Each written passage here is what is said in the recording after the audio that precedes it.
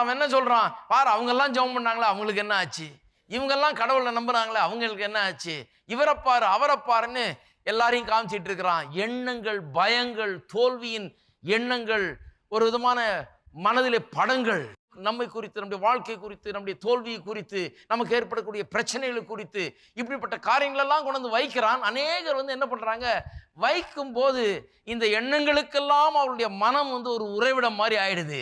அதெல்லாம் என்டர்டெயின் பண்ணிக்கிட்டு 4 செவத்துக்குள்ள உட்காந்துட்டு அப்படியே பார்த்துட்டு இருக்கிறது. அந்த எண்ணங்களை யோசித்துக்கிட்டு அப்படியே அதே கனவு கண்டுகிட்டு அதையே சிந்தித்து கொண்டு அதையே தியானித்து கொண்டிருக்கிறது.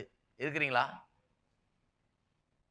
அதனால தான் பாருங்க, சபைக்கு வரும்போது ரொம்ப முக்கியமான ஒரு காரியம், அந்த 4 சுவத்தை விட்டு வெளியே வர ஆரம்பிக்கிறீங்க. அந்த 4 சுவத்துக்குள்ள நீங்க வெறும் உங்க செவத்தை மட்டும் தான் பார்த்துட்டு இருக்கீங்க, உங்க பிரச்சனையை மட்டும் தான் பார்த்துக்கிட்டு இருக்கிறீங்க, உங்க கவலையை மட்டும் தான் பார்த்துக்கிட்டு இருக்கிறீங்க.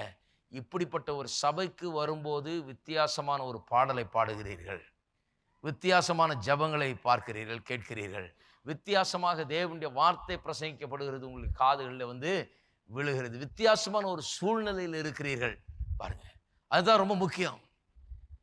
எப்படியெல்லாம் நாம் அந்த சூழ்நிலையிலிருந்து, அப்படிப்பட்ட எண்ணங்களிலிருந்து நம்ம விடுவித்துக் கொள்ள விடுமோ அப்படியெல்லாம் நாம் விடுவித்துக் கொள்ள வேண்டும். நம்ம அந்த எண்ணங்களை விடக்கூடாது. நான் பெற்றதை அடைந்தே தீர்வேன்கிற தீர்மானம் இல்லாதால் தான் வேண்டிக் கொள்ளதை பெற்றுக்கொள்ள முடியாது. இந்த உலகத்திலே